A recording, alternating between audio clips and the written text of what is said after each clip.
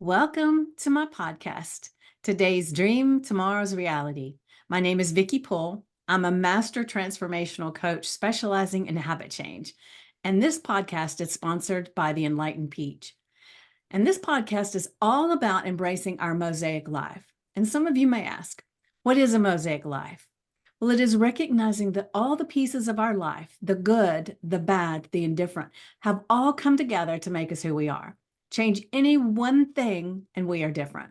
With that in mind, I invite you to embrace your perceived imperfections and celebrate who you are. This podcast is unedited and raw, just like life. And I am your host. And today I have a special guest that I will introduce in just a moment. But if you have any ahas, questions, appreciations, you are so welcome to leave a comment, a voice message, and remember to like, subscribe, and share. So now let's get started. All right, so this lovely lady here right now is Dill Ward, and I'm so excited to have her on my podcast. I actually reached out to her. She just was so fascinating, and I said, I just want to hear your story more. Please come on my podcast and share. And she agreed. So I'm so happy to have you here. And I guess we will start. If I can ask you a question, it's how did you get started? I know you have a group called Women with Moxie, and that's fascinating too. And then I saw something that said that you have these meetings, like group meetings with people in comedy shops or something like that, right?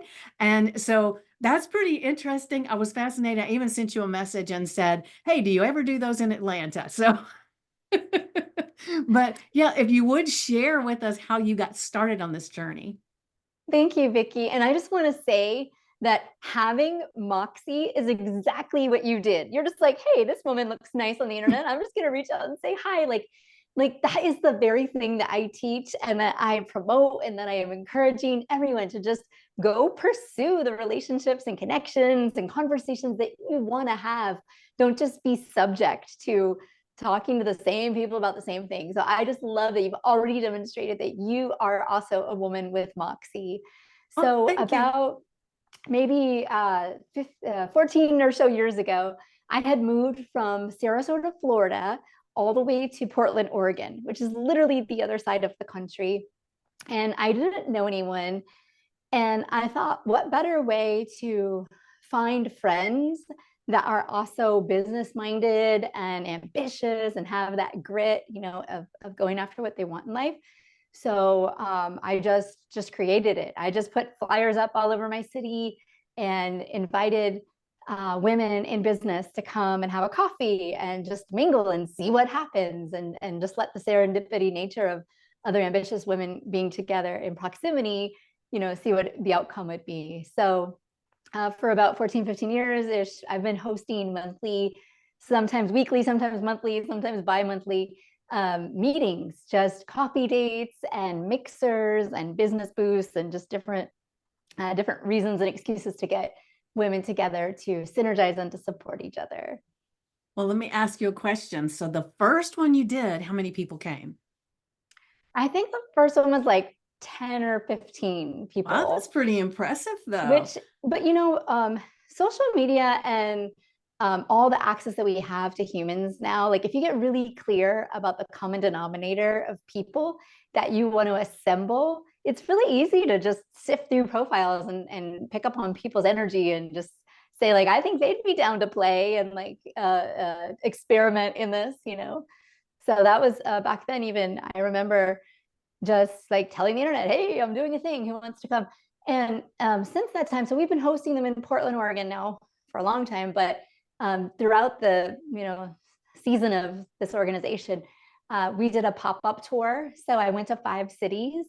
Oh, It was like nice. down the West Coast. It was like Seattle, San Francisco, LA, San Diego. And we just ran some marketing and ran a video that we produced that was just like, women, you want to have other friends that are women in business connecting. And so I just went to all these different cities, picked a coffee shop I had never been to off the internet, looking at Google Maps, showed up and just watched a room full of women show up in every city with the like, I got Moxie, so. Oh, fantastic. Oh man, that just kind of gives me chills. That is so fun. And so are you branching out to other areas, or are you kind of staying in that place? It has so many iterations. There's been different women throughout the years that have been really inspired by our organization and have moved to other cities, and they've asked, "Hey, can I start it there?" So we've tried different chapters. It's obviously a lot of work to run any kind of community group or special interest group, to maintain meetings and maintain energy and enthusiasm for it all, right? But Right. currently, we do have one running in Corona, California, and also Las Vegas, Nevada. We have two women there.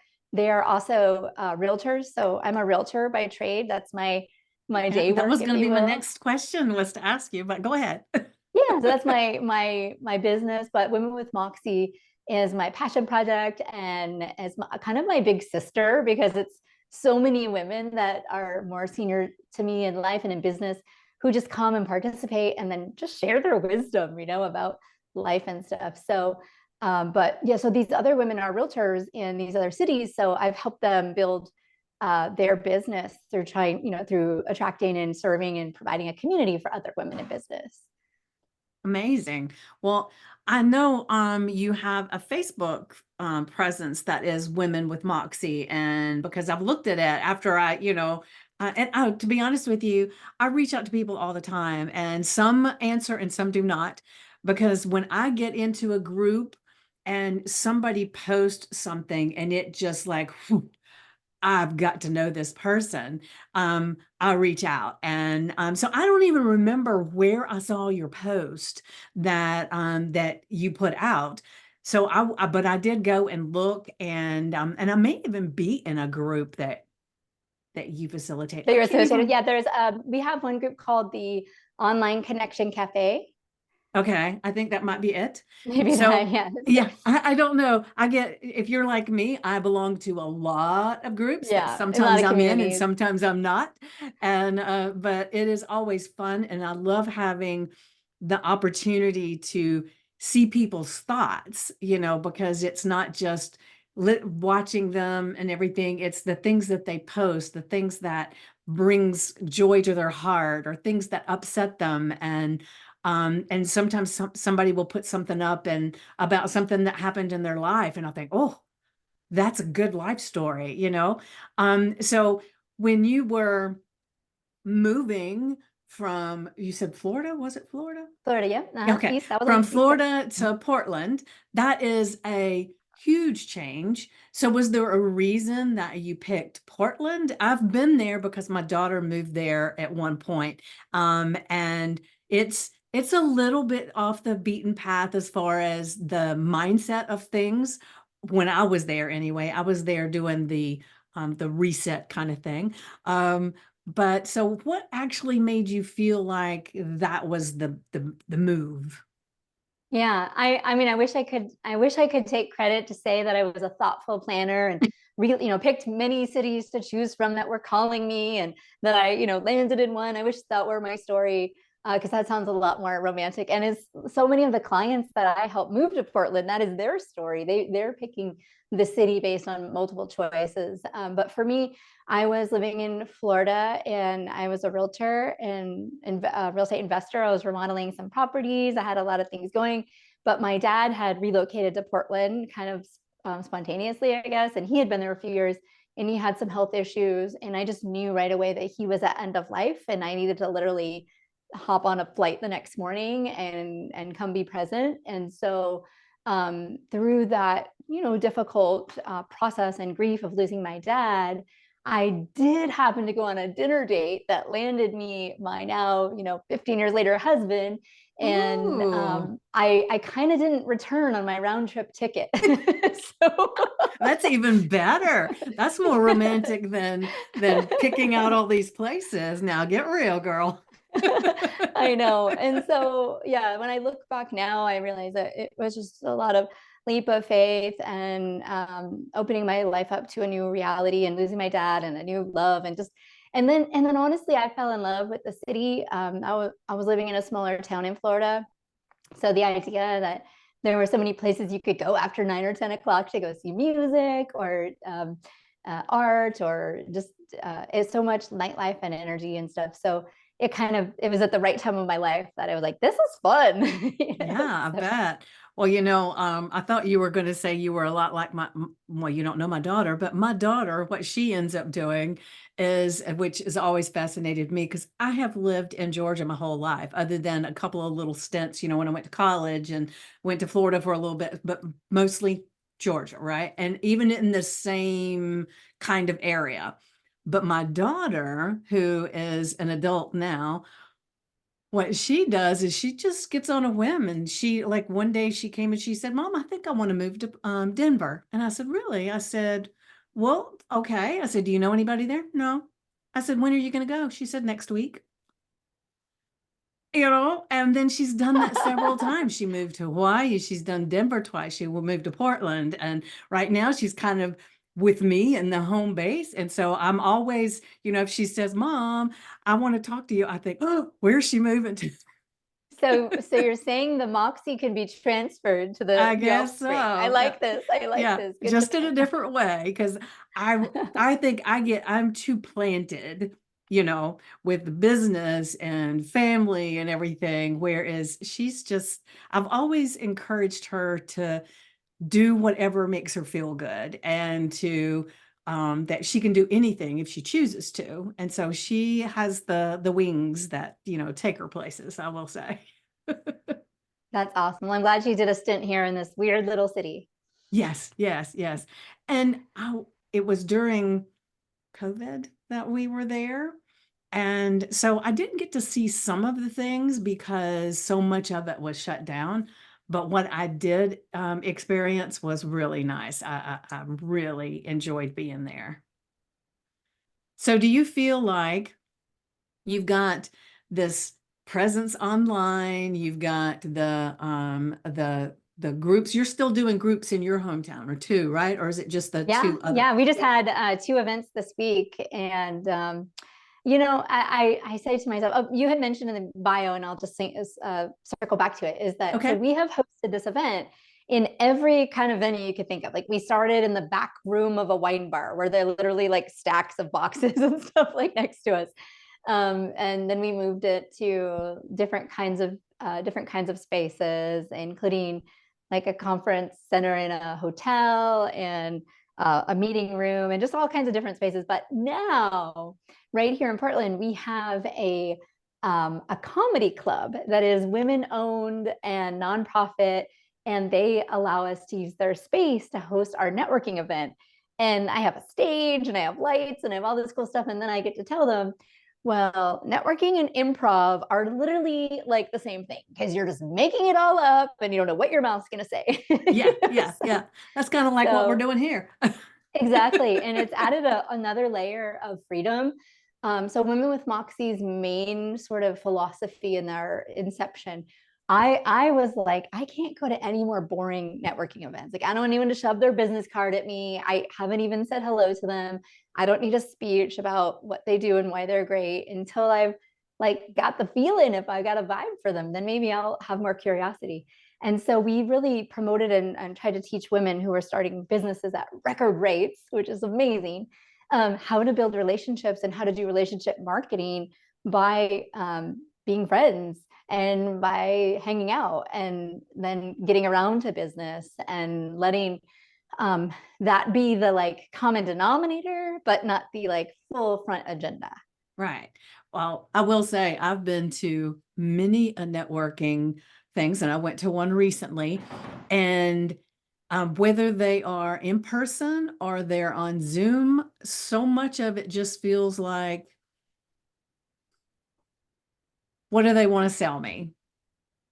you know and so I love what you're doing, and that's why I don't do as many networking meetings as I used to, because it would be stressful to me. I could start feeling my underarms sweating and everything, because I felt like I was on the spot and I needed to know just the right thing to have them say, "Oh, I've got to work with you."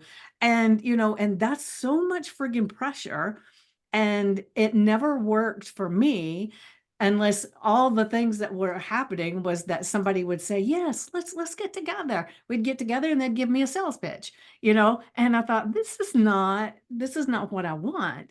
And so I never did figure out that there was something else that could happen, and so I really applaud you for, having the moxie to actually do it a different way. And I love the comedy shop thing. And I will say I've got a mentor right now that I'm working with, and she is amazing. She does improv all the time. She's done these like she's been doing these comedy clubs recently, and she's about to do a TEDx talk. But her whole thing is to get out of your comfort zone. And it sounds like you really help women to stretch out just a little bit, right? And give permission to play. Yeah, yeah. I like to joke and say, I'll ask you 4 times what you do until I figure out if I can remember. It's just like, just it's like, I think that so much of facilitation and group activity comes from the leadership, and leadership has to be self-evolved and self-aware in a way that can make everyone at ease and can invite everyone into a softer, more vulnerable place, especially because it's just women. So that Hmm. whole paradigm of like, is that person hitting on me, is like just out of, maybe they are, because I do encourage them just like wink at each other and stuff. And I like to just make it silly and fun. And I usually do prompted questions. So we do like at a lot of our events, we'll do sort of flash circles where we'll put 5 or 6 women together, and we'll just prompt them with a question, and they'll go around and share. And we find that we have so many introverts, so many self-identified women that are just like, I'm introverted, I don't want to go break into a group of 5 women and try to talk to them. But if I'm put into a facilitated experience where I get a minute to share about something that is like related to business, but it's not straight up like, give us your pitch, right? It's more Yeah. like, who have you been a hero to recently? Or what are things that you're going to start doing in 2024? And just things that are, once you share it in front of a group of other women, you're kind of like, oh my gosh, they know like some vulnerable stuff about me. It's just, Which that can be pretty doggone scary, I will say. but it's a nightclub, That's comedy club right. vibe. So you're just like, I don't know what I'm saying. It's dark. There's candlelights. It's just That sounds perfect. That's perfect. I want to go. I want to go. I know. We'll make Atlanta could be on the next tour. Okay, All we'll say right. like, Ooh, well, if it is, you definitely have to let me know, because I would love to be part of that. And I'm sure anybody that's watching or listening would too. So maybe it'll branch out, and it'll just be this new thing in every city. Who knows? and Because after because during COVID, actually, let me back up. A few years before COVID, I had my sights on like, how could I connect women everywhere? Because we had just started to see a proliferation of businesses go online and find their leads and customers online. And so I was trying to teach women in the local space, like, hey, what you do could probably be delivered to the rest of the planet on Zoom. yeah, And so I was so gung ho about it that I hosted, I think, about 75 online coffee dates that were just like, I would just literally send out a link everywhere and anywhere to say, join us and see who shows up. And we'll do these breakout circles. And we had like a woman in a cave in Spain just like show up and be in this like these calls with us. But then it was COVID, and everyone was forcing every meeting to be online and every yeah, experience to be online. And I didn't like it anymore. I was yeah. It like, there lost goes its my little sizzle. playground. Yeah. Like, You know, it's funny that you say that, because I'm one of those people, like, for a long, long time, I had really dark hair and I had these purple pieces in the front. And then I would have the white in the front. And then I would have blue, or I would have green. And then, because I'm a hairstylist as well. And so as a hairstylist, I was always doing something different. And then what started happening was all of my clients wanted that same thing. Or I would see, I would get in touch with, go to a meeting or something to be a bunch of hairstylists, and they'd all have the same thing. Well, then I didn't want it anymore. It was like, yes, it's not different anymore. And yes. then I'll have to share, now this is the one that's really crazy to me, is that I became vegan. And I was vegan for a long time, and I forgot how many years. But when I first started being vegan, it didn't seem like there were a lot of vegans. It wasn't mainstream, there was none of this vegan meat. There was none of all that stuff. And I kind of liked being set apart just a little bit, even though sometimes it was difficult to get food or if we'd go out, but I could always make it work and it made me feel special. I know that sounds silly, but it did. And then it got to the point where it seemed like, well, gosh, there are so many people that are vegan now. And, I think I'm going to give myself permission to have some eggs. So I did. And then I thought, well, that wasn't so bad. I was afraid my stomach would be all messed up. And I thought, well, maybe I'll try cheese. And it didn't bother me. And I said, then I'll try chicken. So I tried chicken and I thought, okay, I'm not vegan anymore. And that was it. It was just the weirdest thing. But it's like when something feels like it's different, I'm all over it. But then when it becomes more mainstream, like you're talking about, it's like, well, no, it kind of lost its sizzle now. I know. And so then I just took a break. I was like, okay, no more meetings, and then I thought, well, I'm done. I did it for 10 years. I gave my contribution to connecting women and creating experiences. And then like the pandemic was over and it went on for, a long time. And especially for us, we were on full lockdown. Restaurants were closed, parks were closed. It was a very deeply isolating experience for a very social and vibrant city. And so after COVID, I went out to a couple networking events and I remember thinking, oh my God, we have leveled the playing field. We are all socially awkward. No one knows how to human anymore. It's done. We have ruined the population. Yeah. It is kind of crazy, isn't it? And so then I was like, I think I have to host them again because somebody needs to be creating the space that we're all even more desperate for. So Yeah. I was called back into action. So I took a few years off and was called back into action and have been really happy with um, how many new and exciting people it brings into my life, just having it out there on the internet that either that I've done these things or that I'm doing these things, like people like you just literally showing up on the internet saying, hey, let's connect, let's see what happens here. And what a blessing. So I'm reminded that if we have a calling, if there's something that we're thinking, God, I wish I had, go create it, go make it, go lead the way. Everyone's desperate for leadership. People are desperate for someone to be the one to go first, to call first, to text first, to email I first, know. Yeah. and go claim what you want. Like everything's out there to have. You just have to go ask for it and be clear about what you want. Yeah, that's the trick. Be clear about what you want because a lot of people, it's like they know they want something and they're not sure what it is. So they're looking all over the place trying to find that thing that they want when it takes some inner reflection and getting in touch with who you are to know what it is that's going to be your gift to share out to the world. Don't you Yeah, agree? and being, I think most people are just not willing to look like they don't know what they're doing. Yeah. And if tomorrow you're like, I think I would love to have a community of other moms that like to knit sweaters for their kids, like if that's like a thing that you wish you had friends and community and someone to share with, like go start it. But you're gonna look kind of stupid when you're like, I'm thinking about starting this knitting group, and that's what people are mostly afraid of. Like they're afraid of other people's judgment or that no one's going to be interested or they're not going to find anyone. And then the first time you find another human being that matches like the check boxes that you were looking for to be in community with, you're like, oh yeah, like this is great. Let's go find more. So That gets very exciting. And the reason I started my podcast was because for so many years I felt like I really judged myself and I was very careful with my words because I wanted to make sure that I was understood and I didn't want to upset somebody. And so I was very, very concerned with what I said or didn't say. And it was like I was always filtering it, always.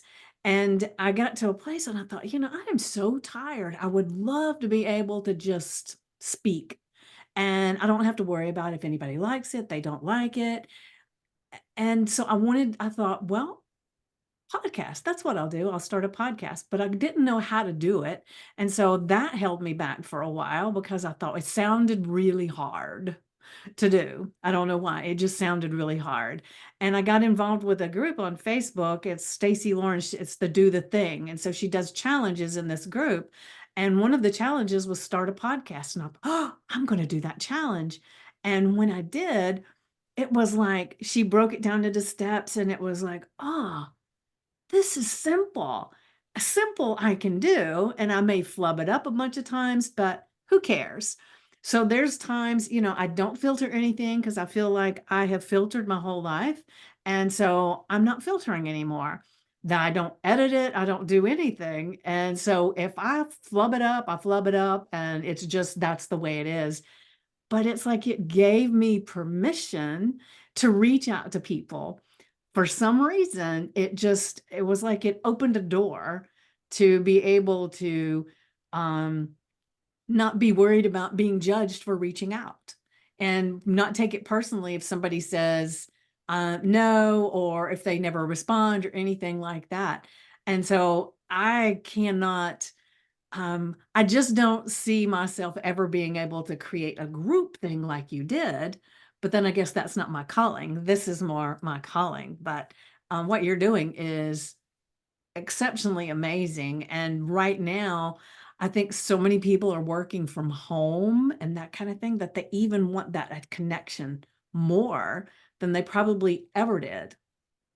Yeah, and a lot of people moved during the True. pandemic. A lot of people had forced moves. They had to be closer to their family that they had to take care of, or just needed to get out of, or the political side of everybody just not liking what was being mandated in the areas that they were in and didn't agree. And so, because of that, people moved, and then they're so isolated. There was no way to connect, and finding new community when you've moved somewhere is hard enough, and then add a layer of everything's closed and there's no cool events.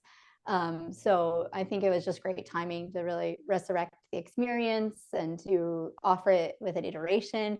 And also, as a now 15-year plus business owner, I feel like I offer a lot more than I did when I was just like, hey, I don't know, I'm starting a business, let's all hang out at the coffee shop. So like, I've trained, I've coached, I've been to programs and all the things. So I have so much more to offer in leadership. And also I feel more mature. I feel like in the beginning, there was still all those mean girl stories and like, are women going to really like me, or are they going to say negative things about me? And I think when you get to mature inside your own business and then just keep not giving a crap and being apologetic, and you become a better leader, you become more relatable, because Yeah. other people can see more of your essence. You're not posturing as much. You're not trying to prove so much. You're And being God, authentically you. it's so freeing. It's just so Yeah. freeing to not have to put it on for every human being that you interact with, I know, So I agree. I agree. And the one of the things that my podcast has helped me with is to be able to move this out into my real life too, to be more authentically me, and not always filtering my thoughts and my words when I'm around people. And not to say that I'm, blatantly going to be pissing people off, just so I can or whatever, but it's like one thing that you do kind of starts migrating out into all the other avenues of the things that you do and benefiting you in so many different ways. yeah, and you're doing the work. You took a Yeah. challenge that led you to doing it, and now you're doing it, and now you're iterating every day. Every time you invite a new person to play in this playground with you, you're iterating. You're like, well, now I should do it this way, and refine these tools and these systems. And in that, you get to keep showing up, keep growing and evolving, and then also doing the hard work of reaching out with the potential that there could be a rejection or just unanswered, which leaves you back like, oh, I have to think about who else I might want to have. And so I think you should really give yourself a big, oh yeah, 2024 is gonna bring all the good stuff because you're doing all the work. Thank you for that. And it's interesting I have other people that I know that have podcasts, and they will put a little ad out. And I'm not saying anybody's doing something wrong. It's just a different way of doing things, right? But they'll put ads out, that they're looking for people on their podcast and things like that. And I don't like doing that because I like hand picking the people that I want on my podcast instead of having a whole bunch of people inundating me and then having to filter through to see are they a good fit or not, because I can feel the energy of people. Potentially, I'm going to say yes and, right? Uh-huh. So awesome to hand pick and go find and get the thing. But there is some magic in putting out like a billboard saying, there's this opening to come have a conversation with me and be in this ecosystem with me. And who are you? And then looking at that culmination of data of like, who are these people? What is their experience level? It helps you understand how you're perceived. It helps you understand Okay. who thinks that they're a fit with you. There's a lot of information in there. I have done both repeatedly in lots of different things that I've created. And I'm always fascinated. I'm someone who kind of loves a lot of stuff coming at me and then getting to sift it going, okay, there's a gem here and it's just been delivered from the universe. Like, let's see if I can find it. So Okay, well, thank you for that. I will definitely put that on my little card here of things that I'm going to look at. So, well, and attraction marketing is always more fun. I mean, for sure, cold calling, hitting up what you want and asking for it. Oh, that's Moxie, and I love it. So keep doing that. But I think for anyone out there, it's like there's something really powerful about getting clear about your message. And I like to kind of spin it back to the earlier part of the story where I said met dream man husband in city I'd never been to in less than a week. It was because I put an ad on a dating site and I was so clear about all the things that I was looking for. And to do you kind of tie remember back what to your those were? others. Yes, I was going to say to tie back to your other story. So Okay. I have been vegan. I've been vegan for 20 years, Okay. and I was vegan in Florida, where that's almost an impossible feat. Yeah. Totally agree with you when you said it's like nice to feel special. No longer feel special as a vegan in Portland because apparently when the vegans were birthed in the universe, there was a They all mothership. landed there. It crashed into the Pacific Northwest and they Yeah. dispersed. And then that's where a lot of them stayed, and some made it to the East Coast, but mostly Yeah. I don't know. That's like where the aliens landed. But so they're all here.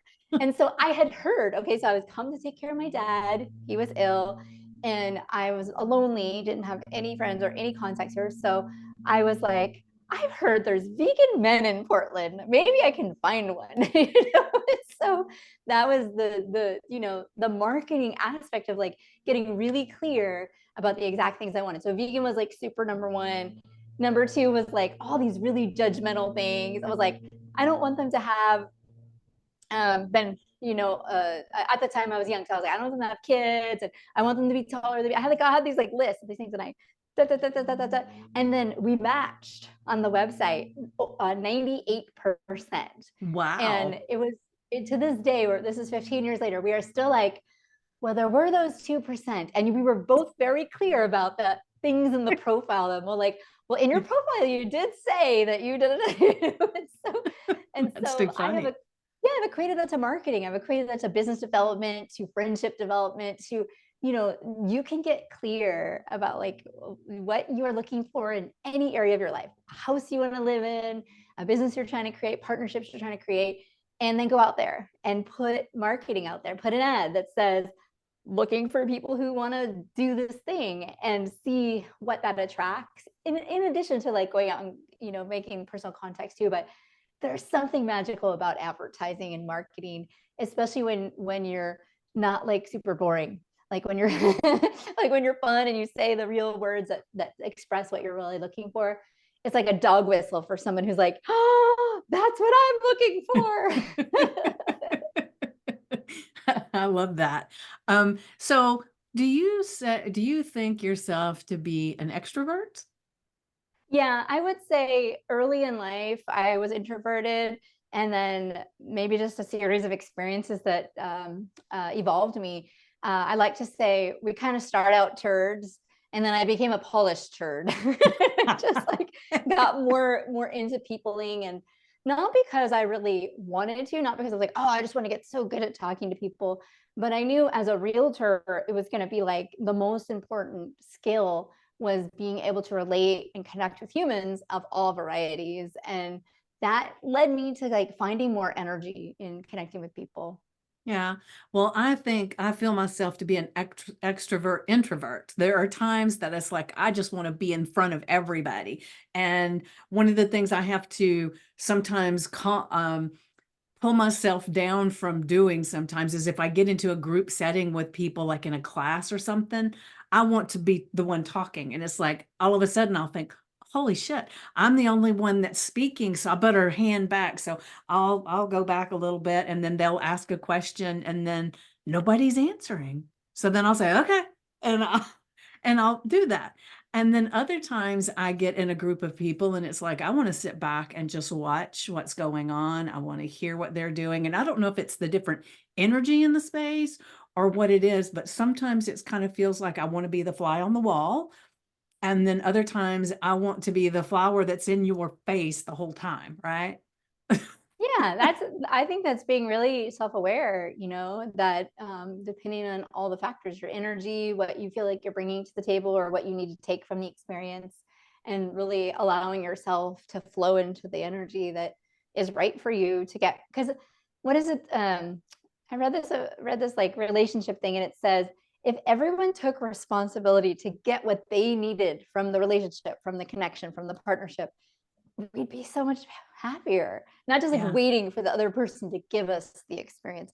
Like I tell right. that to my attendees at my event. I'm like, hey, I got all the cool people here, but it's up to you to make it happen. Like if you want to walk away from this saying that was really fun, it's up to you. You gotta like make yourself available to talk to and make yourself interesting, right? So that's part of my joke routine is I get to prompt women to think about this. And whenever we're starting the circles, I'll usually try to just make it ridiculous. I'm like, okay, everybody just stare at each other for 1 minute. Like, just like, and they're all like strangers, just like looking at each other, like smile, a little giggle, and a little like that little girl flirty kind of energy comes up. And then I say, okay, now I'll talk. Because it's just like getting in the state, and it sounds like when you go to experiences, you know how to just allow the state that's right for you and getting what you need from the experience. Yeah, definitely. So when you're thinking about the next 5 years and your coaching and your Moxie group, what do you really see or feel like you want to happen with all of that? I wish I had a super like clear direction, but I'm kind of like letting it happen as it's happening. I'm with EXP Realty. It's a global brand, and we can bring agents from anywhere in any city, any country to work inside our organization. And that's kind of newer for me. It's just something that I made a big switch, and so Okay. Moxie is this incredible vehicle that allows me to start micro communities in different places. And real estate is the business that I know so, so well. So I'm excited to see how other real estate professionals in other random cities will just reach out to me and say, hey, I want to learn about this Moxie thing. And if we can, find a partnership that works together, that they can benefit from the organization and I can benefit from bringing them into my organization. So that's kind of, I'm just kind of waiting to see what happens next. That sounds amazing though. And as you're saying that, I'm thinking, I bet, and I'm not speaking from experience at all because I'm not you, of course. But it seems like it would be doing all of these things in your area probably opens you up more to even getting more real estate clients. Oh, absolutely. I built my entire real estate business through the network, and in a very short amount of time. I know that a lot of coaches online teach different strategies to accelerate, whether you're running ads, being a YouTube star, doing this, doing that. Mine was simply through building community events. Yeah. And 50, 75 people, 100 people, 200 people, like it happens really fast. And then you have this big network, this big database, and then you just got to put yourself in front of them and show them that you're a professional and are able to meet them on their level to serve them in these other ways outside of that event experience to, be an awesome realtor. So that, that has been in tandem together. And then also I get to help women in business figure out how to buy houses, because I want them all to like be doing well, and like Yeah. making sales and buying houses and like having sweet home offices and having studios and productions and spaces and growing. So it's a fun, it's a fun combination. And these two other cities that we're running right now, the Corona, California and Vegas, those women are both realtors with EXP as well. And so it's just fun to see what's going to happen, because I'm, 15 years in. So I've got some tenure to the experience of what will happen, and they're just starting, this year. It's so fun because they're filling rooms up of other women in business who are like, hey, I want to make friends. And so I know that it will trickle over to their real estate businesses and help prop that up So as it just well. started in January? No, they've been doing it since fourth quarter last year. Oh, okay. So Okay. yeah, but and which is a tough time to start doing events during the holidays and stuff, but they still got really incredible reception. And there's already so many Facebook groups and Yahoo groups and all these like places that people gather to talk about business, but there's not that many consistent, awesome, fun things that are happening that you can literally just put on your calendar and say like, oh, I've got at least one thing a month I can do that I know is gonna be fun. I'm gonna walk away with new contacts, new leads, new inspiration, a little more energy, a reason to put on a cute outfit. And and so we've, it's not hard to get it going. Let's just put it that way. In any city, it's not hard to get it going. No matter how many other things are happening, there's always room for greatness. Yeah, right, right.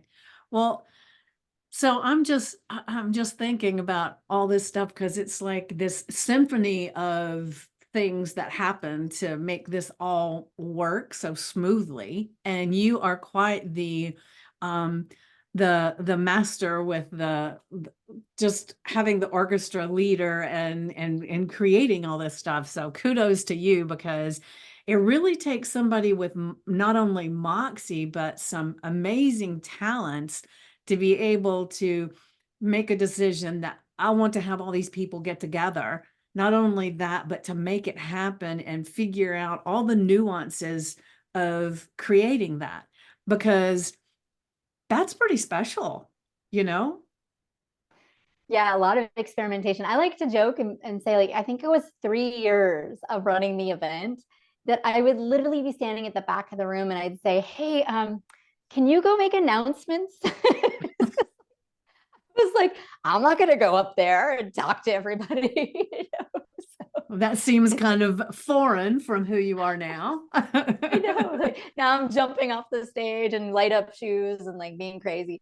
But I just remember being like really just unsure. Like no one's gonna want to hear what I have to say, and go up there and tell them when the next one is, and because of that, I feel like I can witness the growth that I had from Yeah, just, yeah. being passionate. I've always been passionate about marketing. I love the power that marketing is. I love it's part creativity So and it's did part you go sales. And to college for marketing or anything?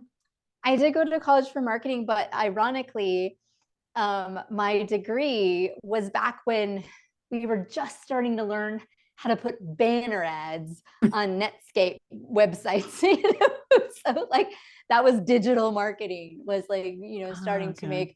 make click banner ads or whatever. That was like revolutionary. So I feel like maybe it was just the intersection of timing and interest, and then always having a passion for experimenting. I've always been a girl that wanted to start a puppy club or do a thing. Like I always just wanted to gather humans, for a pizza party or a whatever. And in that, when we got the entire universe in our hands on our phone, then I was like, oh, it's game on. Like Yeah. now I can go find 10 people to do anything, let's go. Yeah. Well, the thing I love about you sharing all of that is because there's probably a lot of people that are looking at you right now and thinking, well, that's all well and good for her because she's doing so good and everything. But when you share, how you were kind of having to step back and ask other people to do things because you didn't feel like people wanted to hear what you had to say, or you whatever the whole reason was, but it gives a lot of people who maybe are a little bit scared to speak or scared to even start creating something like that. It kind of gives them permission to just go for it, right?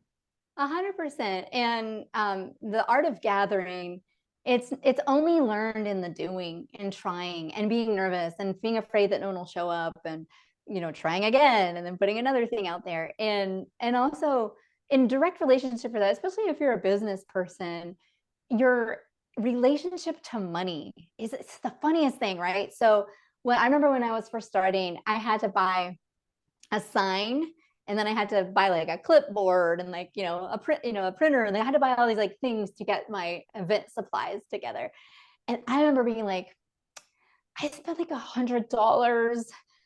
I'm never gonna get this back. Like, what? This is not gonna work. Nobody's coming, and like, this is a waste of money. And like, and I just remember like when I think about my mindset around the investment, but at the same time would be okay. Yeah, I'll spend $500 on this advertisement campaign where they'll put me at the grocery store or whatever, because I'm trying to get business as a realtor, and like, but then I was like, wait a minute.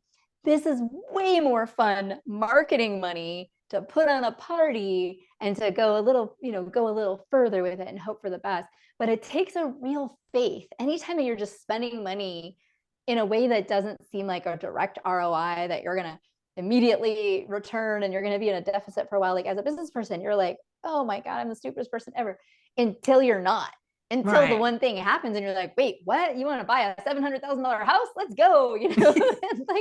like it's like this moment your brain just gets whoosh, broken, and you're like free from the small thinking, and you're released into the land of like abundance and possibility, and how you can create, and how just being nice and kind to people and being of service will produce the results that you want to be successful. So what would you give for advice to our viewers, our listeners, if they maybe are in that mindset right now of the disconnect with the money for moving things forward, or even the disconnect of feeling like they are capable of doing any of these things that you talked about? Is there any piece of advice or words of wisdom that you'd like to hand out to them? Yeah, I think being really intentional that your discomfort with spending money or investing money on an opportunity or a project or a coach or a thing or whatever you're doing to invest to improve your personal and professional development. I think the thing you're most afraid of is, are you going to stay committed? It's like once you put the money out there, you're like, yeah, now it's on you to do the work and to be committed. And one of my great coaches says quantity solves everything, meaning if you are unhappy with the results, just keep pounding, just keep efforting, get more to get your arms around, and then you can increase the results. So that is the key, is that people quit an inch before gold.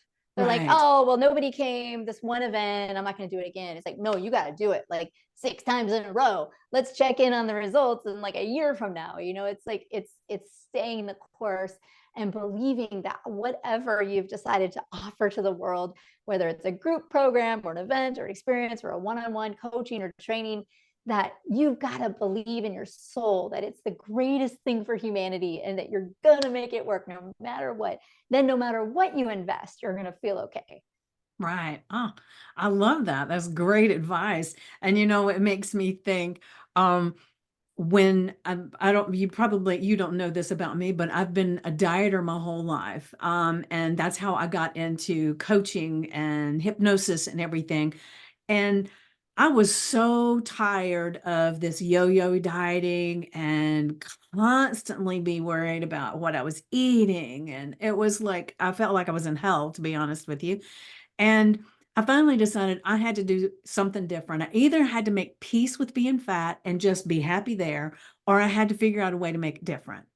And so I searched around and I found this a thing about a health coach. And I thought, well, I could hire a health coach. That's what I could do. And I thought, wait a minute, maybe I could be a health coach. because that's a totally different level. So if I spend, and it's a hell of a lot more money and a lot more time invested, because it was a year-long program, and I don't even want to say how much it cost.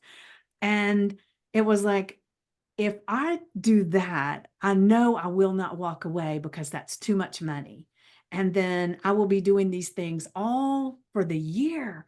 And even if I don't help another soul, if it changes my life, it'll be well worth the investment. And so that's when I jumped in and did that. Then I did life coaching and transformational coaching. And then it was like, I want to do more. So then I went into hypnosis.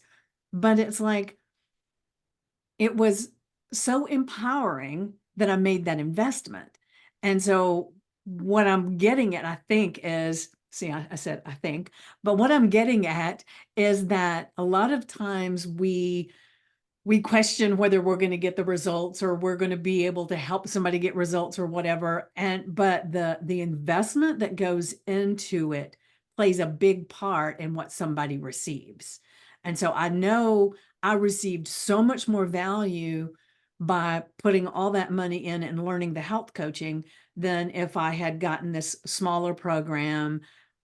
So I really feel like the monetary exchange, the energy exchange, has to be really close to what you're wanting to get back. I feel like we're buying our own attention. Yeah, Like if yeah. I spend enough, I'll pay attention and then I'll Yes. get results. And I won't say, oh, this is too hard, I'm not going to do it. Yeah. And maybe I'll stay committed and I'll do the thing. And that's just it. You know, money can be a funny regulator that way too. And it's funny as you grow as a professional, you know, when you're young, you're like, oh my God, I spent $25. Like I didn't get every piece of value out of it. Now you're like, I spent 100, I forgot to show up. You know, it's just like your your mind That's is true. like, you know.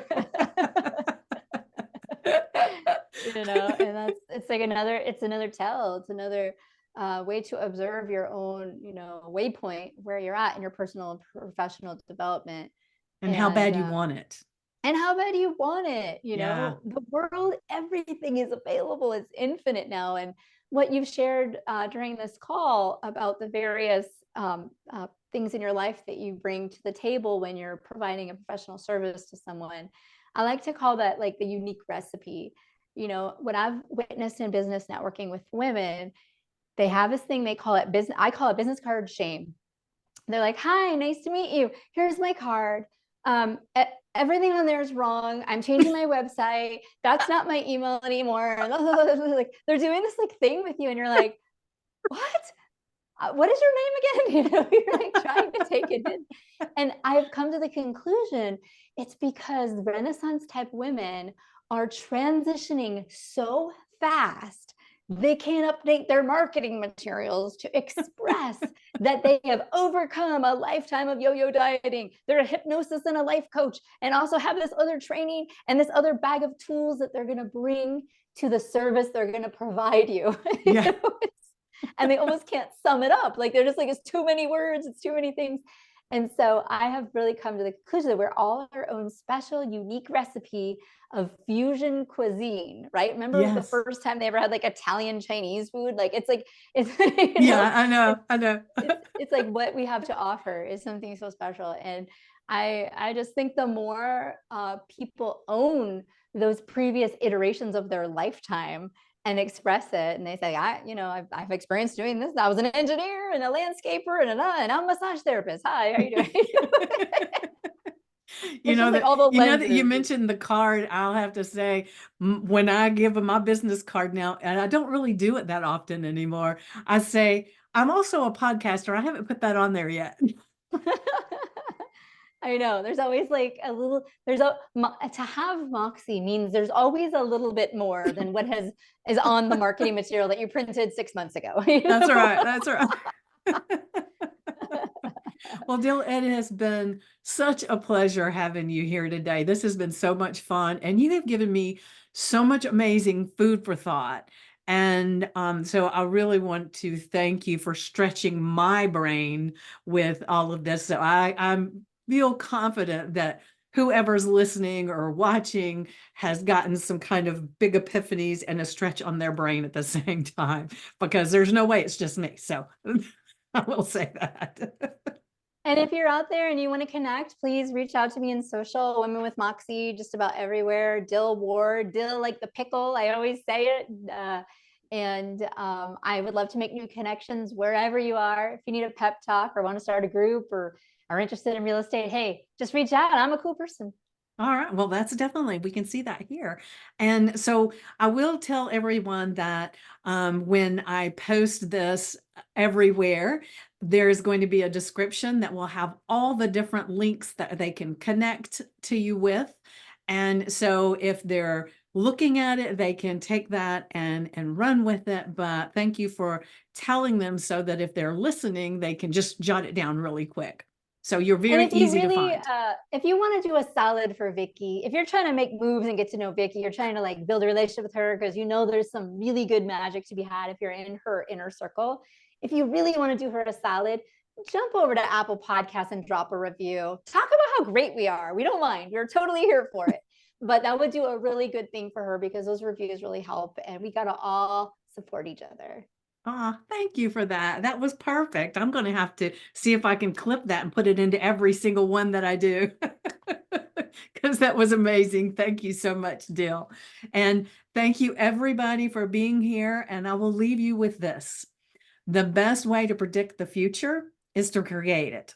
So what are you creating? Mwah.